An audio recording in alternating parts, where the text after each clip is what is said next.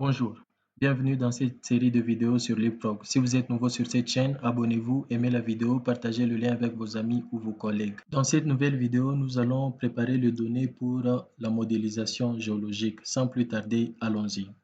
Donc, je vais commencer par lancer mon projet qu'on a créé dès le début. Si vous n'avez pas suivi la première vidéo, allez regarder les 3 premières vidéos ou les 4 premières vidéos avant de continuer avec celle-ci.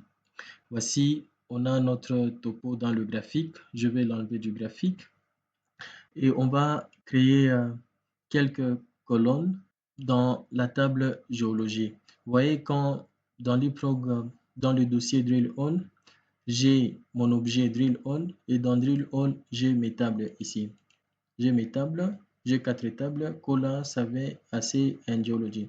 Dans géologie, si je déchaîne, j'ai 2 champs ici. Les objets qui se montrent comme ça sont de champs de la table géologie, à partir duquel je peux visualiser les données ici. Donc, même chose pour AC.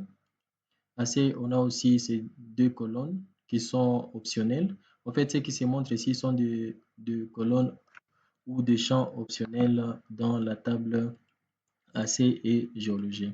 Et dans Cola, on n'a que le All ID à partir duquel on peut visualiser aussi juste le All ID qui se montre là-bas. C'est de cette façon qu'il faut reconnaître les objets dans LeapFrog. Maintenant, on va visualiser notre champ ici de la table géologie, le champ strat. Donc, on a importé la couleur ou la légende de ces champs ici. Donc, dans la vidéo précédente, allez suivre ça, comment importer la légende dans LeapFrog et comment exporter la légende dans LeapFrog. Et on peut aussi voir la légende ici affichée. Donc, pour afficher cette légende, il faut cliquer là sur ce bouton ici, afficher légende dans le graphique et afficher le label sur le bouton suivant. Et l'autre bouton ici permet d'afficher le trait. Donc, je vais montrer comment le faire. Donc, pour afficher une unité seulement dans le graphique, par exemple, par exemple, je vais checker l'unité D1. Donc, je vais aller dans Edit Colors. Je peux masquer voilà, toutes les unités. Je vais afficher rien que D1. Par exemple, bon, si D1 n'est pas trop visible, je peux prendre Dike. Donc, vous voyez, je peux afficher juste une unité. Pour afficher juste une unité, allez dans Edit Colors. Pour une meilleure analyse, voilà comment ça s'est fait. Donc, pour afficher les autres, donc je peux faire comme ça et puis OK. Voilà, et à partir d'ici, comme on l'a expliqué dans la vidéo précédente, le shape list, à partir de la shape list, je peux afficher soit la lithologie ou je peux afficher la stratigraphie. Voilà comment je vais le faire. Maintenant, si on analyse très bien le dike ici, on comprend que, donc je vais afficher rien que le dike.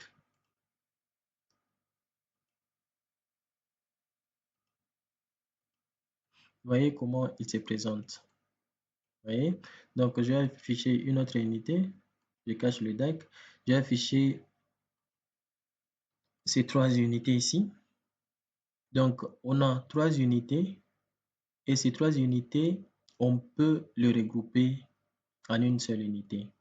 Donc, comment ça se fait dans LeapFrog? C'est ce qu'on va faire aujourd'hui.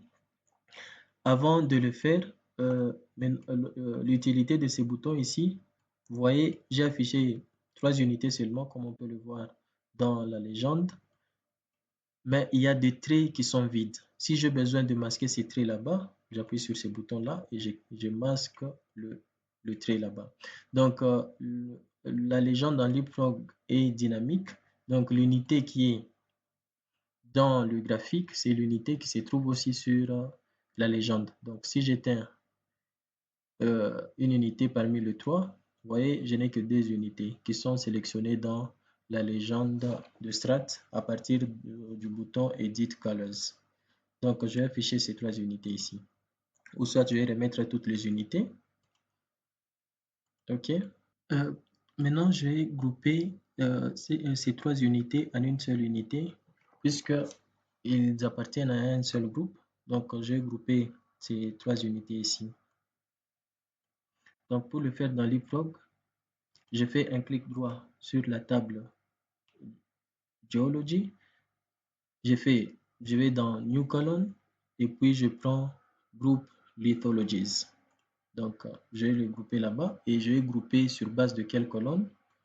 Sur base de la colonne stratigraphie et je vais renommer ça Group Strat.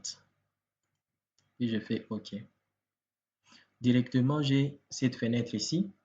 Et quand on regarde dans le Project Tree, on voit qu'il y a un champ qui a été créé, mais ce champ là-bas, il est vide.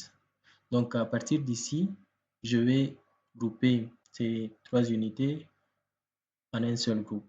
Donc, comment le faire? Je vais les sélectionner. Donc, je peux me servir de la touche contrôle de mon clavier ou soit je peux sélectionner un à un. Donc, je vais me servir de la touche contrôle sur mon clavier pour prendre le 3. Et une fois les 3 sont sélectionnés, je fais New Group. Et New Group, je peux renommer ça. Je nomme ça comme GND. Donc, je peux voir ce qu'il y a à l'intérieur. J'ai GND 1, 2 et 3. OK. Et les autres unités, je peux créer aussi des groupes, ce qu'il faut faire. Mais avant ça, je fais d'abord OK pour voir ce que ça donne. Donc, je n'ai que cette unité dans la nouvelle colonne que je viens de créer. Et dans Leapfrog, les données sont interconnectées. Donc, j'ai créé cette colonne où j'ai rempli cette colonne avec les données provenant de Strat. Vous voyez, c'est pourquoi il y a ce lien ici, Strat dans groupe Strat. Donc, si j'efface cette colonne ici, directement, ça aura de l'impact sur cette colonne que je viens de créer à partir de la colonne Strat. Et dans Leapfrog, les données sont connectées de cette façon-là. Voilà. Je peux ouvrir la table Geology pour voir la colonne Group Strat, comment ça se présente et les données qui sont là-dedans. Vous voyez, j'ai Group Strat ici et il y a le données seulement là où il y a GND. Vous voyez, donc ici on avait GND3 et voilà, là-bas on a renommé comme GND tout court. Et les autres données ou les autres unités n'ont pas été groupées, c'est pourquoi on a de vide ici.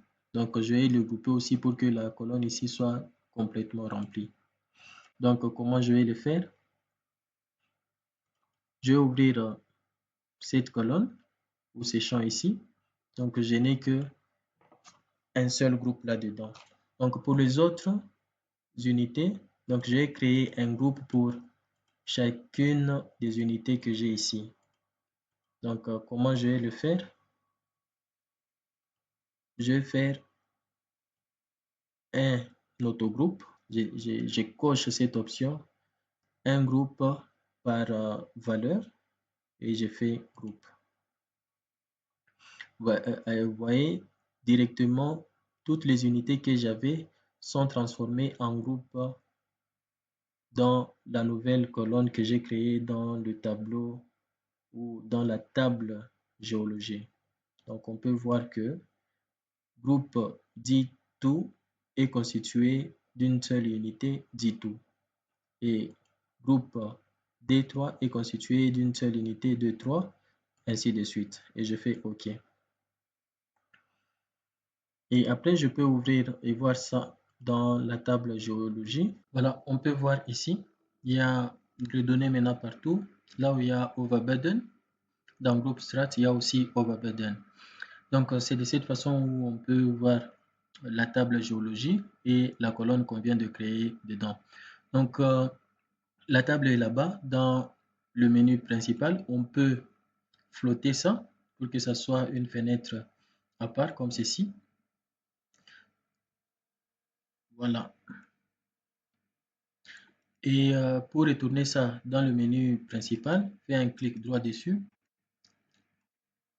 sur le nom de la table et puis retourner au menu principal.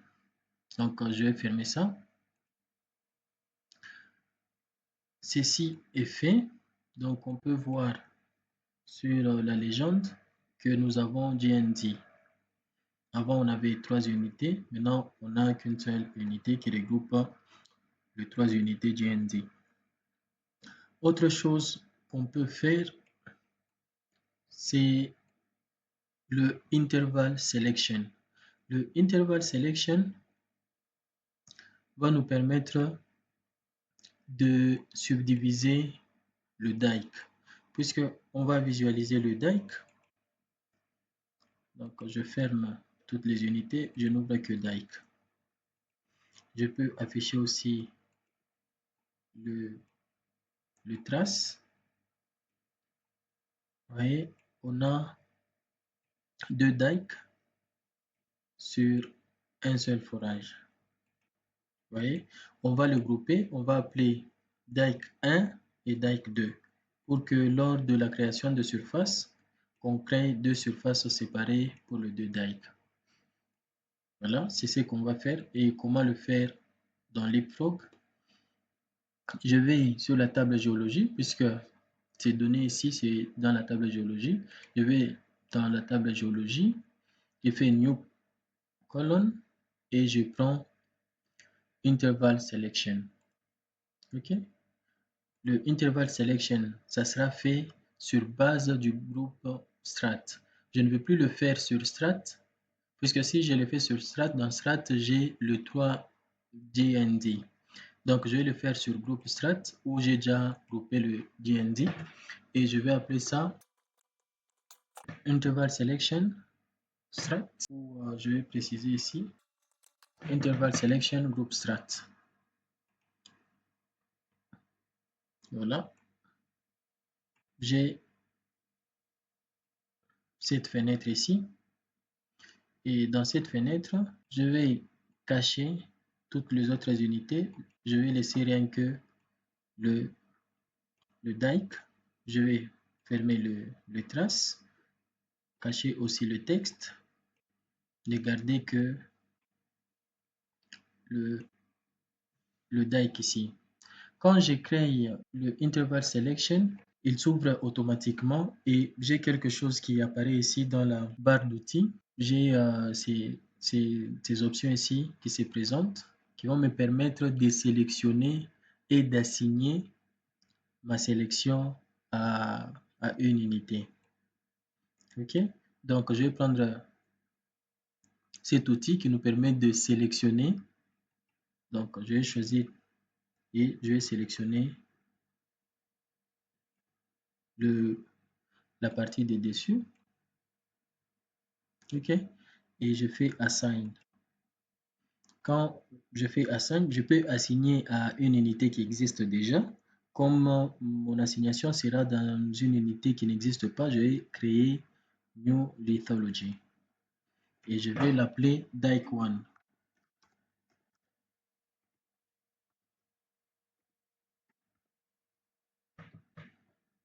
OK? Ça prend automatiquement, même la couleur change. OK? Donc, pour quitter le mode sélection, je fais juste un clic droit sur ma souris. Et peut-être pour en passant, dans Leapfrog, quand je fais un zoom comme ça, je ne sais pas le centre en fait de mon zoom, il est où. Donc pour centrer mon zoom, si j'ai besoin par exemple de zoomer cette zone ici, je viens, je positionne mon pointeur et j'appuie la roulette une fois et puis là je peux zoomer, voir la zone en question. Donc le centre de rotation devient ces points ici. Donc ça a été dit en passant. Voilà.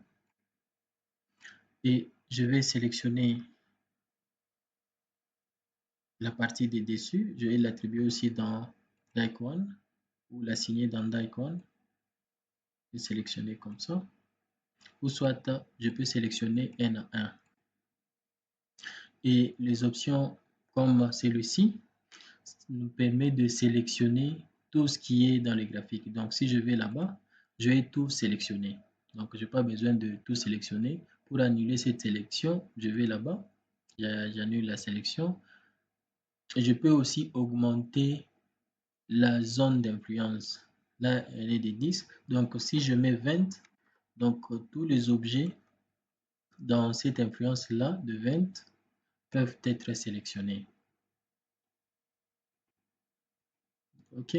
Et j'ai aussi cette option qui me permet d'enlever un objet sélectionné, de l'enlever de la sélection. Donc, je montre ça. Donc, j'ai sélectionné, par exemple là. Donc, je vais enlever les objets de la sélection. Par exemple, là, il me dit, parce que si j'ai commis une erreur dans la sélection, je peux utiliser cette option pour enlever l'objet de la sélection.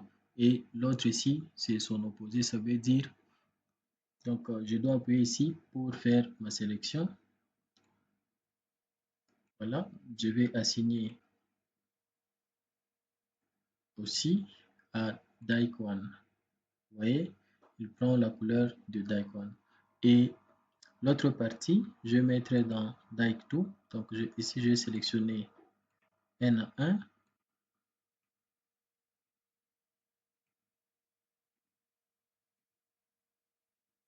Et je vais assigner, je vais créer une nouvelle mythologie et je fais OK.